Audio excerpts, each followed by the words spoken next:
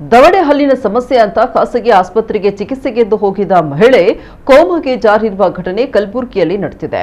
ನಾಜಿಯಾ ಬೇಗಂ ವೈದ್ಯರು ನೀಡಿದ ಅನಸ್ತೇಷಿಯಾ ಇಂಜೆಕ್ಷನ್ನಿಂದ ಕೋಮಾಗೆ ಹೋಗಿದ್ದು 1.5 ತಿಂಗಳಿನಿಂದ ಸಾವು ಬದುಕಿನ ಮಧ್ಯೆ ಹೋರಾಡ್ತಾ ಇದ್ದಾರೆ.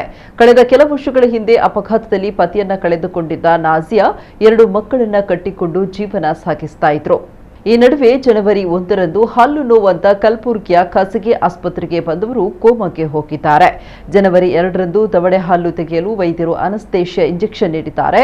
ಅದಾದ ಕೆಲವೇ ನಿಮಿಷಗಳ ಬಳಿಕ ಈಕೆಯ ಆರೋಗ್ಯದಲ್ಲಿ ಏರುಪೇರಾಗಿ ಕೋಮಾಗೆ ಹೋಗಿದ್ದಾರೆ. ಅಂದಿನಿಂದ ಇಲ್ಲಿಯವರೆಗೆ ನಾಜಿಯಾ ಬೇಗಂ ಆಸ್ಪತ್ರೆ ಬೆಡ್ ಮೇಲೆ ಕೋಮಾ ಸ್ಥಿತಿಯಲ್ಲಿ ಸಾವು ಬದುಕಿನ ನಡುವೆ ಹೋರಾಡ್ತಾ ಇದ್ದಾರೆ.